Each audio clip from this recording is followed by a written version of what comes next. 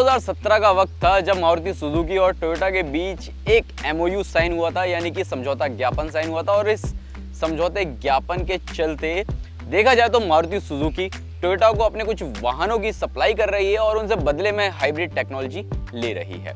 अब साल 2017 में MOU साइन हुआ। साल 2019 यानी कि ठीक 2 साल बाद जो पहला व्हीकल इन दोनों की हिस्सेदारी से लॉन्च किया गया, यानी कि मारुति बलेनो से टोयोटा ग्लांजा को उत्पन्न किया गया, साल 2019 में लॉन्च हुई। और अब ठीक 4 साल बाद यानी कि साल 2022 में नई टोयोटा ग्लांजा आ चुकी है, जो कि आज हमारे साथ मौजूद है। अभी हाल ही में कुछ दिनों पहले आपने देखा होगा कि हमने मारुति सुजुकी बलेनो का जो कि नया अवतार यानी कि फेसलिफ्ट मॉडल जो आया है उसका एक डिटेल्ड रिव्यू ऑलरेडी किया है। फर्स्ट ड्राइव रिव्यू है, हालांकि डिटेल्ड मैं इसलिए बोल रहा हूँ क्योंकि अच्छे से मैंने उसके एक्सटीरियर और इंटीरियर लुक्स को समझाया है। और फर्स्ट ड्राइव रिव्यू में हमें जितना भी गाड़ी चलाने का मौका मिला है हमने आप तक वो सब चीज़ें साझा की है।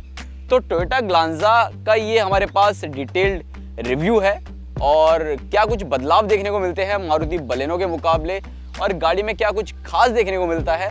खैर, हमारे पास ये जो वेरिएंट है ये टॉप एंड मॉडल है और AGS यानी कि ऑटो गियर शिफ्ट वाला मॉडल है, मैनुअल वेरिएंट नहीं है। तो जाहिर सी बात है हम ड्राइविंग परफॉर्मेंस में भी आपको इसके AGS ट्रांसमिशन के बारे में ही बताएंगे। तो दोस्तों, मैं हूं अंकित दुबे, आप देख रहे हो NBT ऑटो और आज मैं आपके लिए लेकर आया हूं टोयोटा ग्लांजा का एक डिटेल्ड रिव्यू।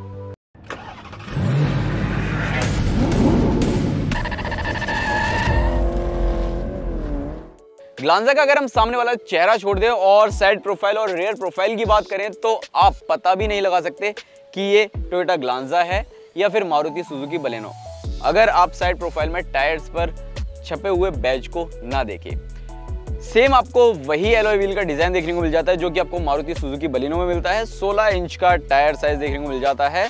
और अगर हम रियर प्रोफाइल की बात करते हैं तो आपको वही सेम LED टेल लाइट देखने को मिल जाती है और वही सेम सेटअप देखने को मिल जाता है। हालांकि टोयोटा का बैज पीछे की तरफ देखने को मिल जाता है और साथ ही जो वेरिएंट है ना उसकी बैजिंग देखने को मिल जाती है। तो दोस्तों, अगर आपने पुरानी मारुति सुजुकी बलेनो और पुरानी टोयोटा ग्लांजा देखी होगी ना तो दोनों ही दिखने में काफी हद तक सिमिलर नजर आ रही थी। जी हाँ, हल्के फुल्के बदलाव भी किए गए थे टोयोटा ग्लांजा में मारुति सुजुकी से थोड़ा सा अलग बनाने के लिए। लेकिन अगर आप नई मारुति बलेनो और नई टोयोटा ग्लांजा को आमने सामने खड़ा करते हैं और इन दोनों के चेहरे पर बदलाव देखते हैं ना तो काफी हद तक आपको दोनों गाड़ियां अलग नजर आएंगी। जी हाँ, नई टोयोटा ग्लांजा में आपको टोयोटा का लोगो तो मिलता है, साथ ही अगर आप ग्रिल की बात करते हो तो यहाँ पर भी आपको ये जो ग्रिल है पूरी तरह बदली हुई नजर आती है।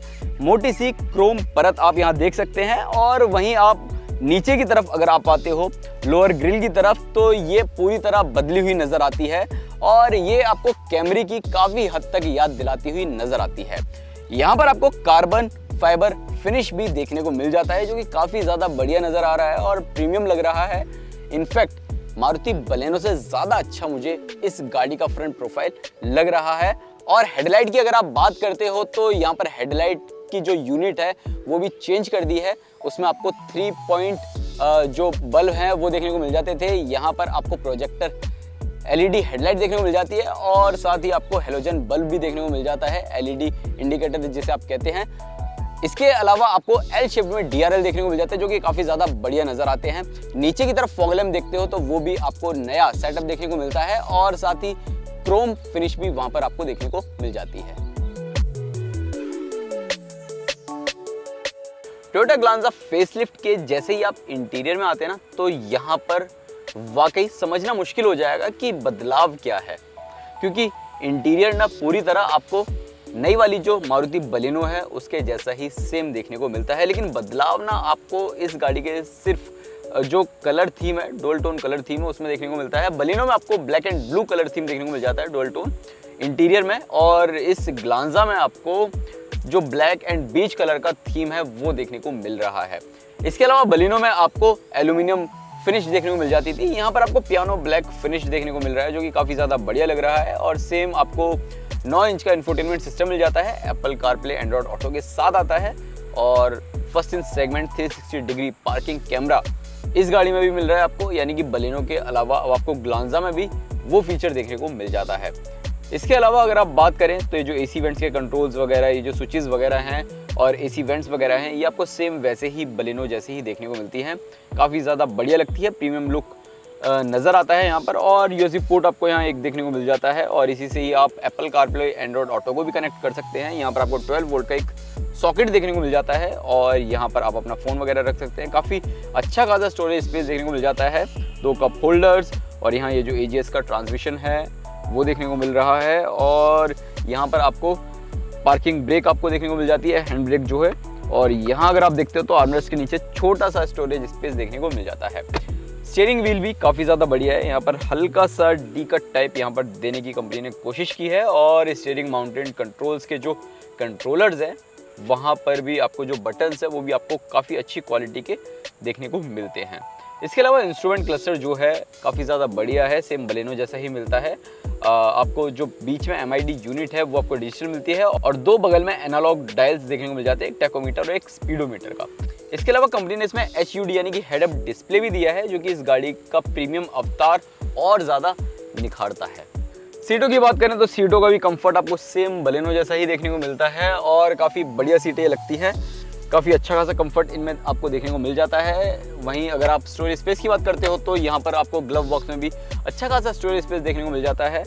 दरवाज़ों पर आप 1-1 लीटर की पानी की बोतल के अलावा भी थोड़ा बहुत सामान रख सकते हैं। और अब चलते हैं रियर सीटों पर और देखते हैं वहाँ पर क्या कुछ ऑफर कर रही है कंपनी इस टोयोटा ग्लांजा में।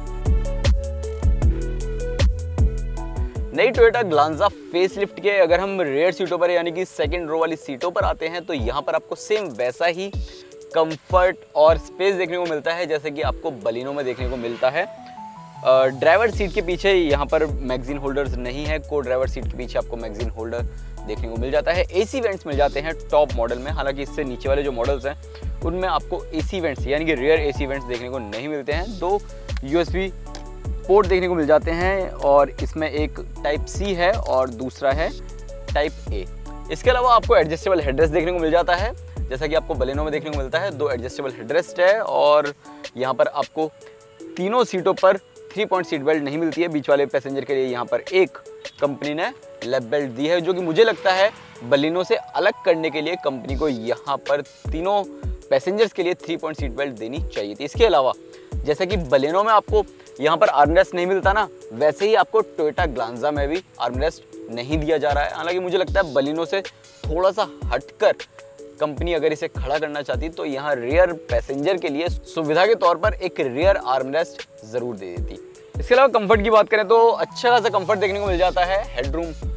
पर्याप्त है, लेग रूम अगर आप देखते हो तो काफ़ी बढ़िया लेग रूम मिल रहा है और अंडरनीथ थाई सपोर्ट काफ़ी ज़्यादा अच्छा है। यानी कि देखा जाए तो सीटों पर मिलने वाला जो कंफर्ट है वो बढ़िया है और सीटों की कुशनिंग ठीक ठाक की गई है। तो जाहिर सी बात है लॉन्ग ड्राइव्स पर आप जा रहे हैं और पीछे बैठकर यात्रा कर रहे हैं तो आपको उतनी ज़्यादा दिक्कत नहीं होगी।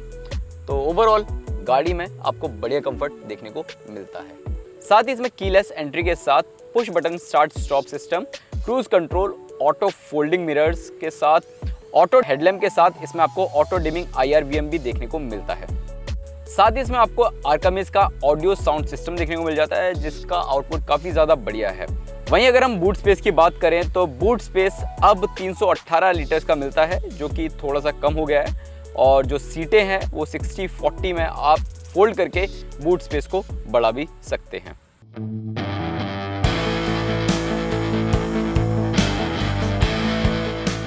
टोयोटा ग्लांजा फेसलिफ्ट में भी सेम वही इंजन मिलता है जो कि आपको मारुति सुजुकी बलिनो में मिलता है और ये 1.2 लीटर का नया इंजन है, नया पेट्रोल इंजन है। ये इंजन 89 bhp की पावर और साथ ही 113 न्यूटन मीटर का टॉर्क जनरेट करता है। इस इंजन के साथ कंपनी मैनुअल और AGS, फिलहाल हम जो चला रहे हैं वो AGS चला रहे हैं। तो अगर सिर्फ AGS की बात करें तो ये CVT के मुकाबले काफ़ी ज़्यादा किफ़ायती है और एक बेहतर माइलेज भी ऑफर करती है। इस गियरबॉक्स के साथ नई ग्लांजा का माइलेज ARAI 22.9 kmpl है, जो कि पुरानी ग्लांजा से करीब 15% ज़्यादा है। AGS को लेकर आप कह सकते हैं कि CVT के मुकाबले ज़्यादा तेज तर्रार और शक्तिशाली नहीं है, लेकिन जो लोग डिसेंट ड्राइव करना पसंद करते हैं उनके लिए काफ़ी ज़्यादा फायदेमंद और किफ़ायती है। जिस तरीके से मारुति का मकसद बलिनो को लेकर साफ था, वैसे ही टोयोटा का भी ग्लांजा को लेकर मकसद साफ है। वो आपको एक किफायती कीमत के साथ अपनी इस गाड़ी में उन सभी फीचर्स को शामिल कर रहे हैं जो कि आपको इस गाड़ी में चाहिए। राइड एंड हैंडलिंग की बात करें तो कार पुराने मॉडल के मुकाबले करीब 55 से 60 किलोग्राम हैवी हो गई है, यानी कि भारी हो गई है। और इसमें नए सस्पेंशन सेटअप लगाए गए हैं जो कि खराब सड़कों पर बेहतर काम करते हैं। इतना ही नहीं, हाई स्पीड पर भी आपको बेहतर राइड देने का दावा भी करते हैं, चाहे आप कॉर्नरिंग क्यों ना करें। हालांकि अगर आपके सामने बड़े बम्प्स आ जाते हैं तो वहां पर आपको थोड़ा सा ये सस्पेंशन अनकंफर्टेबल फील कराते हैं। हालांकि पुरानी ग्लांजा के मुकाबले आपको अच्छी खासी राइड ऑफर कर रहे हैं। ब्रेकिंग भी जबरदस्त दे दी गई है और पुराने मॉडल के मुकाबले इस बार ब्रेक्स में आपको ज्यादा पकड़ देखने को मिल जाती है। कुल मिलाकर देखा जाए तो ग्लांजा चलाना किफायती और आरामदायक हो गया है। हाँ, एक चीज और, आपको तेज तर्रार राइड का अनुभव नहीं मिलता है इस AGS ट्रांसमिशन के साथ। ऐसा इसलिए भी क्योंकि अगर आप मैनुअल वेरिएंट चलाते हैं तो वहां पर आपको ज्यादा तेज तर्रार राइड का अनुभव देखने को मिलता है, क्योंकि AGS थोड़ा सा स्लो है। तो अंतिम निर्णय पर आने से पहले टोयोटा ग्लांजा की कीमतों की बात कर लेते हैं और साथ ही वारंटी की भी बात कर लेते हैं। तो देखा जाए, मारुति सुजुकी बलिनो 4 वेरिएंट्स यानी कि सिग्मा, डेल्टा, जेटा, अल्फा में मौजूद है। ऐसे ही टोयोटा ग्लांजा भी आपको 4 वेरिएंट्स यानी कि ESGV में मिल जाती है। मैनुअल और ऑटोमेटिक यानी कि AGS दोनों ही वेरिएंट्स में ये गाड़ी आपको देखने को मिलती है। और बात करें कीमतों की तो मारुति बलिनो की जो कीमत है वो शुरू होती है 6,49,000 रुपये से, जो कि जाती है 6,71,000 रुपये एक्स शोरूम दिल्ली तक। और टोयोटा ग्लांजा की जो कीमत है वो शुरू होती है 6,53,000 रुपये से, जो कि जाती है 9,91,000 रुपये एक्स शोरूम तक। अब देखा जाए, दोनों ही गाड़ियों के बेस मॉडल में लगभग 4,000 रुपये का फर्क है और टॉप मॉडल में लगभग 20,000 रुपये का फर्क है। अब आप सोच रहे होंगे, यार गाड़ी तो दोनों लगभग सेम है, एक ही प्लांट में बन रही हैं, तो कीमतों में इतना फर्क क्यों? अब आपको टोयोटा की आफ्टर सेल्स सर्विस के बारे में तो पता ही होगा कि आपको ऑनरशिप कॉस्ट काफ़ी ज़्यादा बढ़िया देखने को मिल जाती है मारुति सुजुकी के मुकाबले टोयोटा की। और देखा जाए तो जो वारंटी है वो भी अगर हम देखें तो टोयोटा आपको ग्लांजा के साथ ऑफर कर रही है 3 साल और 1 लाख किलोमीटर की वारंटी, जिसे आप बढ़ाकर 5 साल और 2,20,000 किलोमीटर तक कर सकते हैं। वहीं मारुति सुजुकी अपनी बलिनो में दे रही है 2 साल और 40,000 किलोमीटर की वारंटी। अब आते हैं अंतिम निर्णय पर। तो ये गाड़ी देखा जाए चलाने के मामले में काफ़ी ज़्यादा बढ़िया है। माइलेज तो आपको जाहिर सी बात है पता ही है कि बलिनो कितना बढ़िया माइलेज देती है, ऐसे ही ग्लांजा भी आपको काफ़ी बढ़िया माइलेज ऑफर करती है। इसके अलावा अब इंटीरियर जो है वो भी आपको पूरी तरह फ्रेश देखने को मिलता है, प्रीमियम इंटीरियर मिलता है। इतना ही नहीं, आपको जो लुक्स है, एक्सटीरियर लुक्स है, वो भी आपको काफ़ी ज़्यादा बढ़िया देखने को मिलता है। और फ्रंट लुक ना आपको वाकई ग्लांजा का काफ़ी ज़्यादा पसंद आएगा। चलाने के मामले में भी काफ़ी ज़्यादा बढ़िया है और इसका जो AGS ट्रांसमिशन है वो बहुत ही बेहतरीन काम करता है। हालांकि CVT या DCT ट्रांसमिशन की कमी ज़रूर महसूस होती है। मुझे लगता है कंपनी को एक टॉप मॉडल में DCT या CVT ट्रांसमिशन ज़रूर देना चाहिए था।